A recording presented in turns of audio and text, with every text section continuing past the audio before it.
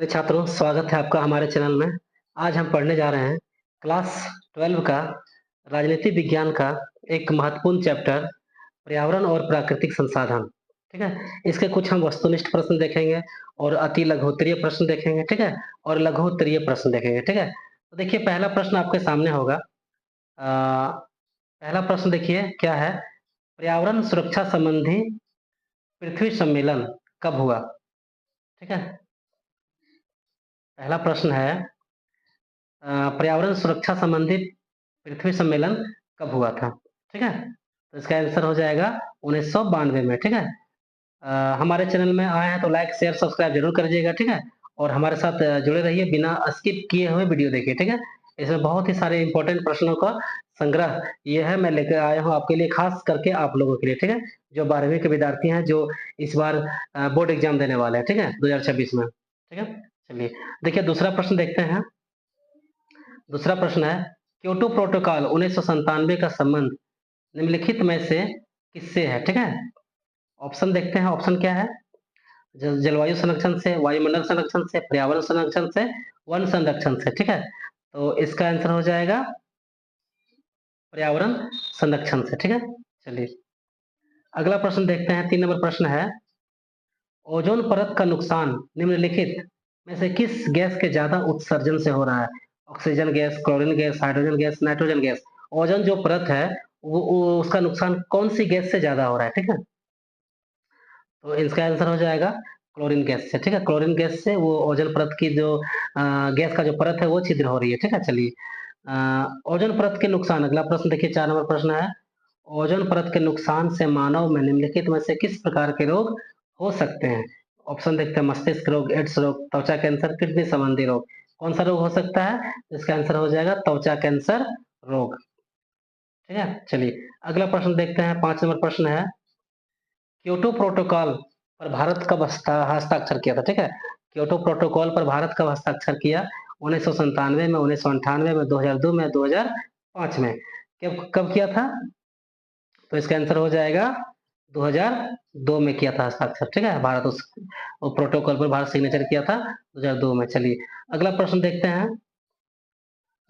किस दशक में पर्यावरण से संबंधित मामले राजनीति के मामले बने?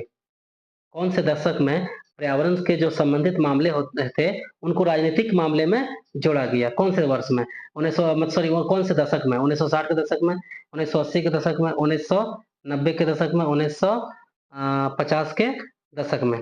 ठीक है, तो इसका आंसर हो जाएगा 1960 के दशक में। ठीक है, चलिए अगला प्रश्न देखते हैं। 7 नंबर प्रश्न।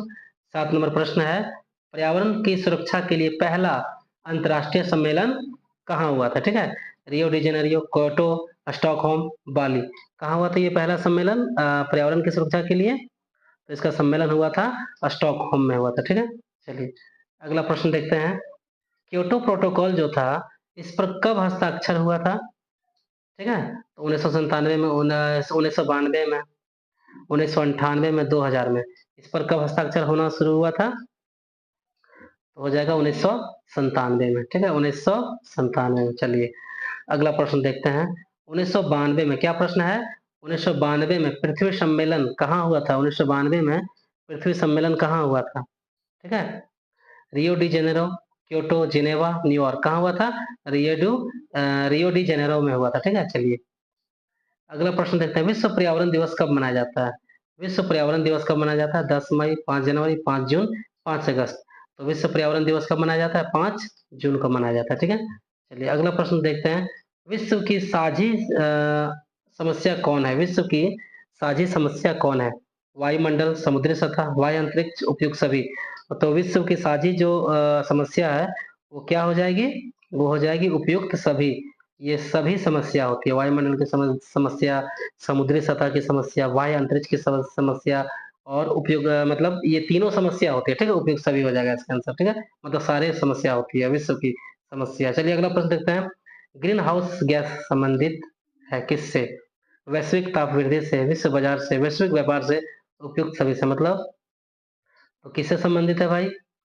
12 नंबर देखिए, और इसका हो जाएगा वैश्विक ताप वृद्धि से संबंधित है ये। ठीक है, ग्रीन हाउस इफेक्ट।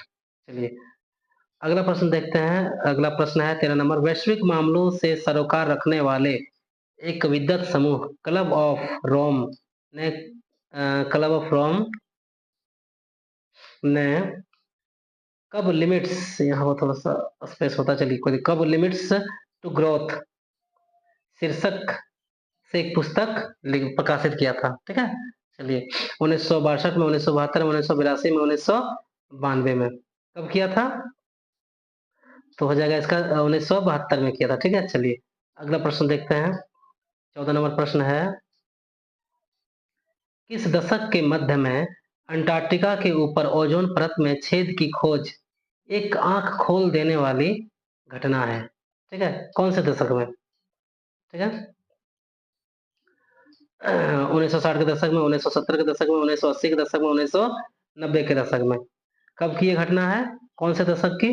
तो 1980 के दशक की घटना है, ठीक है। चलिए अगला प्रश्न देखते हैं। 15 नंबर प्रश्न है, झारखंड में पावन वन प्रांतर को किस नाम से जाना जाता है? झारखंड में पावन वन प्रांतर को किस नाम से जाना जाता है? केकड़ी और ओरान, लिंग 2 काब, जोहरा थान और सारना, किस नाम से जाना जाता है? जोहरा थान और सारना के नाम से जाना जाता है, ठीक है। चलिए अगला प्रश्न देखते हैं। 16 नंबर प्रश्न है, पर्यावरण के प्रति बढ़ते सरोकारों का क्या कारण है? निम्नलिखित में से सबसे बेहतर विकल्प चुनें। इनमें से कौन सा आपको सबसे बेहतर विकल्प जो लग रहा है उसको चुनना है। पर्यावरण के प्रति बढ़ते सरोकारों का क्या कारण है? विकसित, ऑप्शन देख लेते हैं हम लोग। ऑप्शन है, विकसित देश प्रकृति की रक्षा को लेकर चिंतित है, पर्यावरण की सुरक्षा, मूलवासी लोगों और प्राकृतिक क्या है, प्राकृतिक पर्यावरणों पर्यावासों के लिए, सॉरी, जो वहाँ रहते हैं के लिए जरूरी है। और तीसरा है, मानवीय गतिविधियों से पर्यावरण को व्यापक नुकसान हुआ है, ठीक है। यह नुकसान खतरे की हद तक पहुंच गई है, इनमें से कोई नहीं। क्या हो जाएगा इसका आंसर?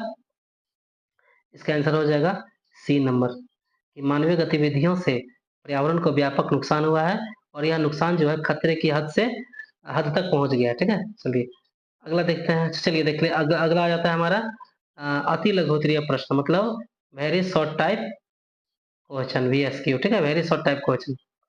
चलिए अब इसका देखते हैं, इसमें क्या है। पहला पहला प्रश्न, एजेंडा क्या, एजेंडा 21 क्या है? देखिए, एजेंडा मतलब होता है मुद्दा, किस मुद्दे पर हम बात कर रहे हैं। तो एक मुद्दा था जिसे नाम दिया गया एजेंडा 21, तो ये क्या था? देखिए उत्तर है इसका, एजेंडा 21 टिकाऊ विकास को बढ़ावा देने के लिए विकसित प्रथाओं की पारिस्थितिक जिम्मेदारी की एक सूची है, ठीक है। मतलब एजेंडा 21 जो है टिकाऊ विकास को बढ़ावा देने के लिए विकसित प्रथाओं, ठीक है, की पारिस्थितिक जिम्मेदारी की एक सूची है, ठीक है। चलिए अगला प्रश्न है, ग्लोबल कॉमन्स से आप क्या समझते हैं? देखिए प्रश्न है, ग्लोबल कॉमन्स से आप क्या समझते हैं?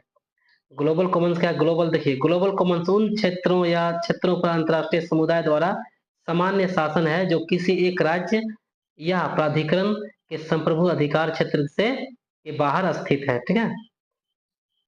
चलिए समझ गए, कहने मतलब क्या है कि ग्लोबल कॉमन उन क्षेत्र या क्षेत्रों पर अंतर्राष्ट्रीय समुदाय द्वारा, ठीक है, सामान्य शासन है, ठीक है, जो किसी एक राज्य या प्राधिकरण के संप्रभु अधिकार क्षेत्र के बाहर है, ठीक है।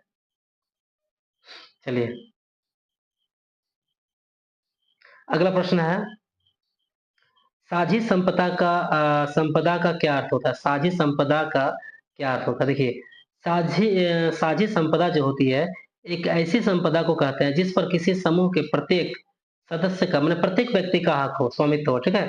इसके पीछे मूल तर्क यह है कि ऐसे संसाधन प्रकृति उपयोग और रखरखाव के संदर्भ में समूह के प्रत्येक सदस्य को समान अधिकार प्राप्त होंगे और समान उत्तरदायित्व निभाने होंगे, ठीक है। चलिए मतलब साझी संपदा मतलब सभी का संपत्ति, उसमें सभी का हिस्सेदारी है, ठीक है। चलिए मतलब पार्टनरशिप है। अगला प्रश्न है, ग्लोबल वार्मिंग से आप क्या समझते हैं? देखिए ग्लोबल वार्मिंग अथवा वैश्विक ताप वृद्धि का अर्थ है विश्व में तापमान में वृद्धि, ठीक है। ग्लोबल वार्मिंग का अर्थ क्या होता है? विश्व में तापमान में वृद्धि। यह कार्बन डाइऑक्साइड, मीथेन और हाइड्रोफ्लोरोकार्बन आदि जैसे इसके उदाहरण है। और विश्व का तापमान बढ़ने से धरती के जीवन के लिए खतरा उत्पन्न हो सकता है। विभिन्न देश इस संबंध में वार्तालाप कर रहे हैं। क्योटो प्रोटोकॉल नामक समझौते में विभिन्न देशों की सहमति बन गई है। ठीक है, चलिए अगला प्रश्न देखते हैं, मूलवासी कौन है? देखिए मूलवासी किसे कहा जाता है, ध्यान से सुनिएगा। मूलवासी देखिए, कोई भी देश है, किसी भी देश में कुछ लोग रहते हैं जो पहले से रह रहे होते हैं, ठीक है? वहाँ के निवासी होते हैं। उसे ही मूलवासी कहा जाता है, ठीक है? देखिए, किसी देश के मूलवासी वह लोग हैं जो उस देश में एक लंबे समय से निवास कर रहे हैं, ठीक है? और मूलवासी आज भी उस देश की संख्याओं के अनुरूप आचरण करने से ज़्यादा अपनी परंपरा, सांस्कृतिक रिवाज तथा अपने खास सामाजिक, आर्थिक दर्रे पर जीवन यापन करना पसंद करते हैं। जिस प्रकार से झारखंड का मूल निवासी हो गया आदिवासी, ठीक है? उसी प्रकार से भारत का भी मूलवासी है, ठीक है? यहाँ के जो मूलवासी जो पहले से रह रहा है, सदियों से रह रहा है, जो बाद में आया उसको जैसे बहुत सुना होगा कि आर्य आया, मुगल आया, तो वो लोग आते गए, जाते गए, ठीक है? और आते वक़्त कुछ लोग रह भी गए, लेकिन मूलवासी कौन है? जो यहाँ सदियों यहाँ जो रह रहे थे और यहीं पर हैं, कहीं से वो आए नहीं है, ठीक है? चलिए उसे मूलवासी कहा जाता है, ठीक है? चलिए देखिए अगला प्रश्न है, 6 नंबर प्रश्न देखेंगे हम लोग। वैश्विक सुरक्षा के लिए कौन से समझौते हुए थे? देखिए वैश्विक जो सुरक्षा था, उसके लिए कौन से समझौते हुए थे? ठीक है? देखिए, पहला है अंटार्कटिक संधि हुआ था 1959 में, मॉन्ट्रियल प्रोटोकॉल हुआ था 1987 में, ठीक है? मॉन्ट्रियल मॉन्ट्रियल यहाँ मॉन्ट्रियल हो जाएगा। मॉन्ट्रियल प्रोटोकॉल हुआ था 1987 में, अंटार्कटिक पर्यावरणीय प्रोटोकॉल हुआ था 1991 में, ठीक है? चलिए, अगला प्रश्न है, विश्व में खाद्य उत्पादन की कमी के क्या कारण हैं? विश्व में खाद्य उत्पादन की कमी के क्या कारण हैं? ठीक है, देखिए विश्व में खाद्य उत्पादन की कमी के कारण निम्नलिखित कारण हैं। देखिए पहला वजह पॉइंट है, विश्व में के कृषि योग्य भूमि में कोई बढ़ोतरी नहीं हो रही है, जबकि मौजूदा उपजाऊ भूमि के एक बड़े हिस्से की उर्वरा शक्ति कम हो रही है, ठीक है? अगला प्रश्न है, अगला पॉइंट है, चारागाह समाप्त होने को है, मत्स्य भंडार घट रहा है और जलाशयों में प्रदूषण बढ़ रहा है। इसी प्रकार से खाद्य उत्पादन की कमी हो रही है, ठीक है? चलिए, अगला प्रश्न देखिए क्या है? अगला प्रश्न देखिए बहुत ही इंपॉर्टेंट प्रश्न है, इसे आप लोग समझिए। देखिए ओज़ोन परत में छेद से आप क्या समझते हैं? ओज़ोन परत में छेद कैसे हो रही है, ठीक है? क्यों हो रही है? देखिए, देखिए इसको उत्तर देखिए, पृथ्वी के ऊपरी वायुमंडल में ओज़ोन गैस की मात्रा में लगातार कमी हो रही है, ठीक है? इसे ओज़ोन परत में छेद होना भी कहते हैं। इससे पारिस्थितिकी तंत्र और मनुष्य के स्वास्थ्य पर भी असर हो सकता है, खतरा मंडरा रहा है स्वास्थ्य पर भी, ठीक है? चलिए, अगला प्रश्न है, पृथ्वी सम्मेलन या रियो सम्मेलन क्या है? ठीक है, देखिए, पृथ्वी सम्मेलन या रियो सम्मेलन क्या है? देखिए, पृथ्वी सम्मेलन क्या है? देखिए 1992 में संयुक्त राष्ट्र संघ का पर्यावरण और विकास के मुद्दे पर केंद्रित एक सम्मेलन ब्राजील के रियो डी जेनेरियो में हुआ था, ठीक है? इसे ही पृथ्वी सम्मेलन या रियो सम्मेलन के नाम से जाना जाता है, ठीक है? तो फ्रेंड्स कैसा लगा हमारा सेशन? लाइक, कमेंट, शेयर और चैनल को सब्सक्राइब ज़रूर करिएगा और कमेंट ज़रूर करिएगा, ठीक है? ताकि आपका हमें सुझाव का भी इंतज़ार है, ठीक है? और हमारे सेशन को इस वीडियो को सारे नोट डाउन कर लीजिएगा, बहुत ही इम्पोर्टेंट प्रश्न है इसमें। बहुत ही महत्वपूर्ण प्रश्नों का संग्रह हम लाए थे आपके लिए, नोट डाउन ज़रूर करिएगा, ठीक है? और हमें सपोर्ट ज़रूर करिएगा, ठीक है? मिलते हैं अगले क्लास में।